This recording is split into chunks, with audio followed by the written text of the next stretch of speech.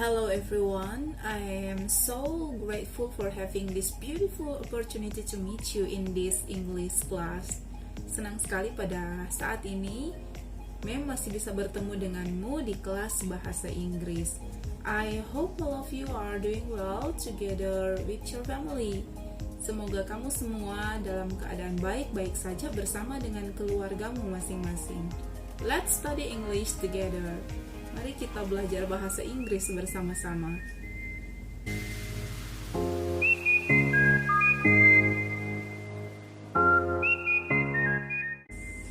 My lovely students, never forget that the freedom we enjoy to live in Indonesia today is the fruit of our hero struggle. Jangan pernah lupa bahwa kebebasan hidup yang kita nikmati di Indonesia saat ini adalah buah-buah perjuangan dari para pahlawan kita. Therefore, we have to honor and appreciate their sacrifice. Karena itu kita harus selalu menghormati dan menghargai pengorbanan mereka. It is connected with our topic today, historical recount text. After learning this, you should be able to tell about past historical events. Jadi setelah belajar topik kita historical recount text, kamu harus bisa untuk menyampaikan tentang peristiwa bersejarah yang terjadi di masa yang telah lampau.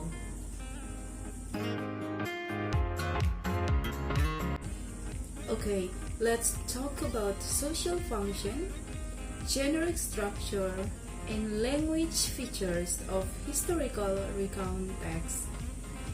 Please pay attention. What is the social function of historical recount text? The social function of historical recount text is to retell about factual events in the past that has historical values. Apa tujuan kamu belajar historical recount text? Apa fungsi sosialnya? Jadi, kita belajar topik ini agar bisa menceritakan kembali tentang suatu peristiwa atau fakta yang telah terjadi di masa yang telah lampau, yang memiliki nilai-nilai historis di dalamnya. It is important to write down historical recount text according to the generic structure of historical recount text. They are 1. Orientation, 2. Events, and 3. Reorientation. Sangat penting untuk menulis historical recount text sesuai dengan langkah-langkah penulisan atau struktur umumnya. The generic structure of historical recount text, yaitu yang pertama orientation, yang kedua events, yang ketiga reorientation.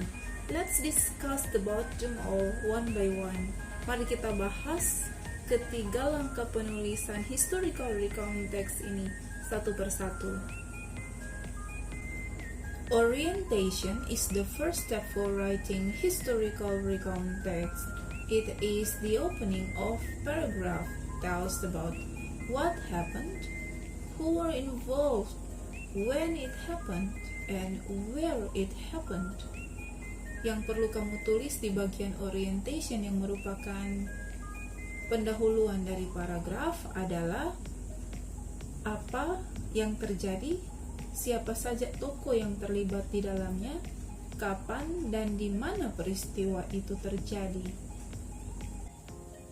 Second, series of events ordered in chronological sequence.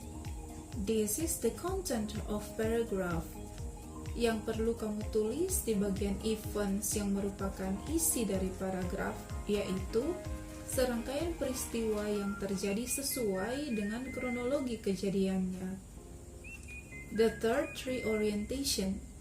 This is the closing of paragraph talking about a private comment about the event. Bagian ketiga, namanya reorientation, adalah bagian penutup dari paragraf. Isinya kamu menulis komentar pribadimu tentang peristiwa yang terjadi. Dear class, let's discuss about the language features of historical recount text. Kita bahas bersama unsur-unsur kebahasaan yang dipakai ketika kita mau menulis tentang historical recount text. The first is action verbs, kata-kata kerja yang biasa digunakan dalam bentuk kedua. For example, arrived, went, stayed. The second, adverbial phrases. Ada kata-kata keterangan yang dipakai, contohnya last month, in Manado, lately. The third, using past tense, past continuous tense, past perfect tense, past perfect continuous tense, karena kita menggambarkan tentang peristiwa yang terjadi di masa yang telah lampau, kita bisa menggunakan semua bentuk past tense sesuai dengan kalimat yang mau kamu sampaikan.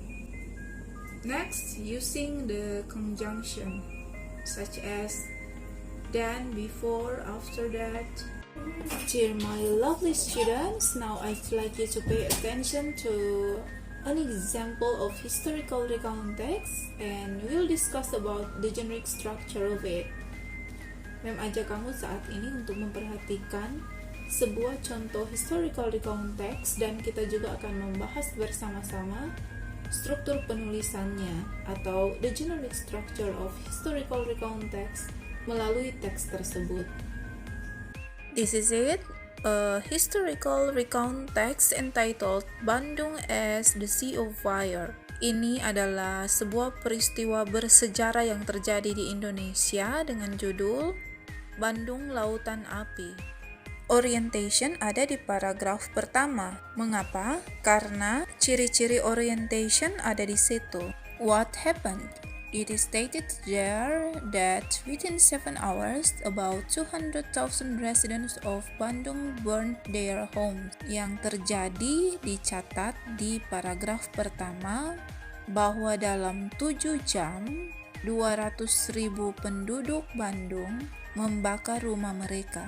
Next, who were involved? Siapa saja yang ada dalam teks ini? The answer is 200,000 residents of Bandung. Jawabannya 200.000 penduduk Bandung. Next, where it happened? In Bandung. When? On March 24, 1946. Jadi ciri-ciri dari langkah penulisan pertama, orientation, semuanya ada di paragraf pertama. Series of events ada di paragraf kedua.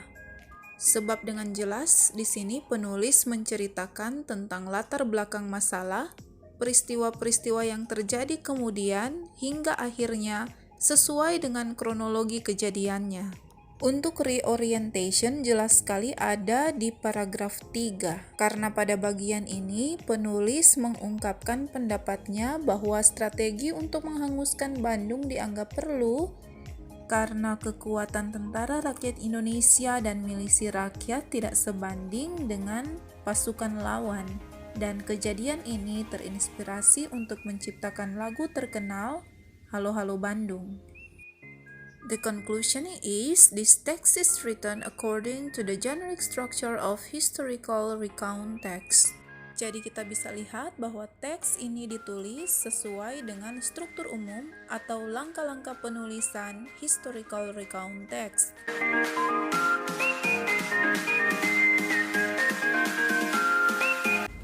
Anak-anakku yang baik, ini adalah akhir dari pembahasan kita tentang materi ini. Mem sangat mengerti bahwa beberapa di antara kamu berpikir bahasa Inggris itu agak sulit untuk dimengerti dan dipelajari. Tetapi Mem harap kamu tetap latihan dan belajar di rumah, karena itu adalah salah satu cara untuk membuat kamu semakin sempurna menguasai sesuatu. This is the end of our English class talking about social function, generic structure, and the language features of historical recount text. I do really understand that some of you think English is difficult to learn, and to use, but please keep practicing because that is the only way to make you perfect from day by day. Thank you.